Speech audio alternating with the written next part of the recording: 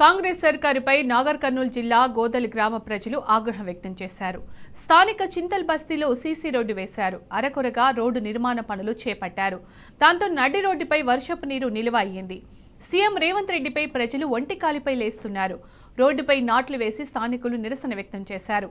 ఇంతకు ముందే బాగుండేదని గుర్తు చేశారు. సీసీ రోడ్డు వేసినప్పటికీ నీటి నిలువ అవడంతో ఇబ్బందులు తప్పడం లేదన్నారు. బయటకు వెళ్లాలంటే తీవ్ర ఇబ్బంది అవుతుందని వివరించారు. బస్టాప్ వరకు ఎలా వెళ్లాలని స్థానిక మహిళలు ప్రశ్నిస్తున్నారు. రోడ్డుపై మట్టి పోసి నీరు నిలువ లేకుండా చూడాలని కోరుతున్నారు.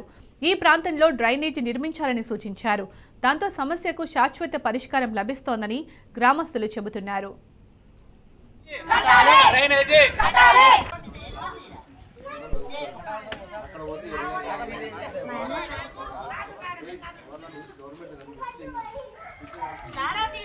దయచేసి మా మీద మీరు ఇది చర్య తీసుకుంటేనే మంచిది, తీసుకోవాలి, లేకపోతే కాదు. రోడ్ వేసి ఇదేనా సిసి రోడ్ వేసుకోం, ఇదేనా ఏడైనా ఇదే నడుస్తుందా? ఎన్ని రోజులు అంటే చూసుకుంటా ఇల్లు మా పాడవుతున్నాయి.